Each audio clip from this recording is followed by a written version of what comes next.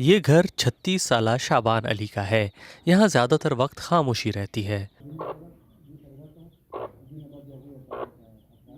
شعبان علی کی پاڑا چنار میں ایک دکان تھی۔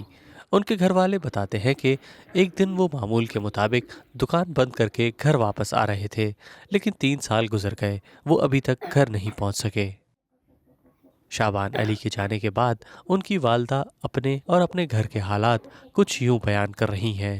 1 سال تک مجھے نیند نہیں آتی تھی۔ میں سوچتی تھی کہ وہ کہاں اور کس حال میں ہوگا، کیا اسے بستر میسر ہوگا یا نہیں، وہ نہایا ہوگا یا نہیں، اس نے کھانا کھایا ہوگا یا نہیں۔ میرے پاؤں کام چھوڑ گئے، دل کی مریضہ بن گئی، پتہ نہیں کہاں جاؤں۔ میرے گھر میں ایسے ماتم ہے جیسے میت پر ہوتا ہے، لیکن یہاں میت موجود نہیں۔ رات کے کھانے پر بیٹھ جائیں تو اللہ گواہ ہے کہ آنسو خود بخود بہنا شروع ہو جاتے ہیں، اور کچھ نوالے ہم آنسوؤں سمیت کھا جاتے ہیں۔ شعبان علی کی گمشدگی کی تکلیف، غم اور مشکلات اس لیے بھی زیادہ ہیں کیونکہ وہ اپنے کنبے کا واحد کفیل تھا۔ فکر روزگار نے غم گمشدگی کو اجیرن اور اذیت ناک بنا دیا ہے۔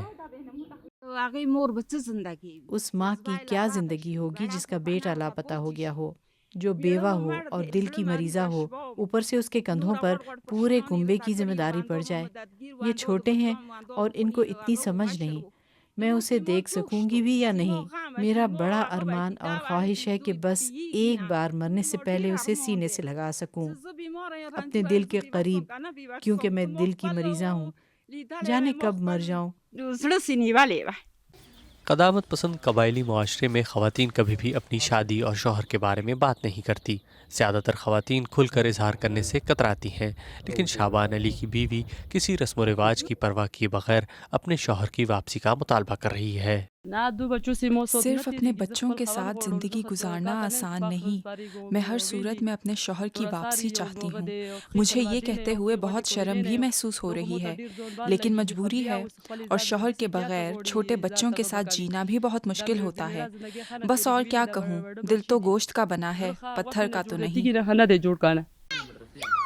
شعبان علی کے گھر والے کہتے ہیں کہ امید ہے کہ شعبان واپس آ جائے گا، کیونکہ حکام کی جانب سے حال ہی میں لاپتہ افراد کی بازیابی کا یقین دلایا گیا ہے۔ پاکستان میں لاپتہ افراد کے بارے میں عموماً یہ تاثر دیا جاتا ہے کہ وہ ملک دشمن عناصر کے سہولت کار ہوتے ہیں۔ شفیق حسین آج شعبان علی کے گھر آئے ہیں۔ وہ پاڑا چنار میں لاپتہ افراد کے لیے آواز بلند کرنے والی تحریک کے سرگرم کارکن ہیں۔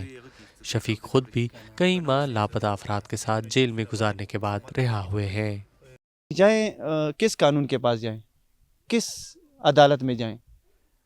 بہت سی ایسی ہمارے جوان جو اورال پاکستان سے لاپتہ ہیں، وہاں سے لوگ گئے ہیں، بات عدالتوں میں گئے ہیں، عدالتوں میں ان کو کہا جاتا ہے کہ بھئی بندوں کو پیش کریں، اور وہ جو ہیں وہ کہہ دیتے ہیں ٹھیک ہے جی ہم بندے پیش کرتے ہیں، لیکن پھر وہ غائب ہو جاتے ہیں، پتہ ہی نہیں چلتا، مطلب عدالت کی بھی وہ بات نہیں مانتے۔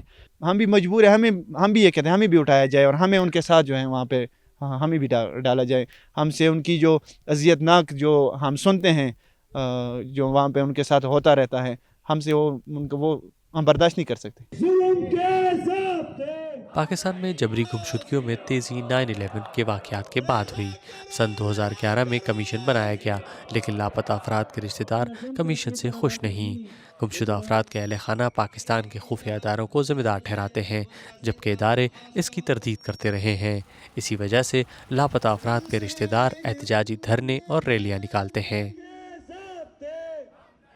پاڑا چنار میں یہ ریلی یہاں کے 23 لاپتہ افراد کو بازیاب کرانے کے لیے نکالی گئی ہے۔ میں عمران خان سے درخواست کرتا ہوں کہ ہمارے بندوں کو رہا کریں۔ اگر ہمارے بندے ملک دشمن سرگرمیوں میں ملوث ہیں تو ان کے کیس عدالت میں بھیج دیں۔ انہیں کال کوٹھڑیوں میں نہیں رکھنا چاہیے، یا پھر ہمیں شہید ہو کر بھیج دیے جاتے ہیں۔ ہمیں ان کی میتیں نہ بھیجیں۔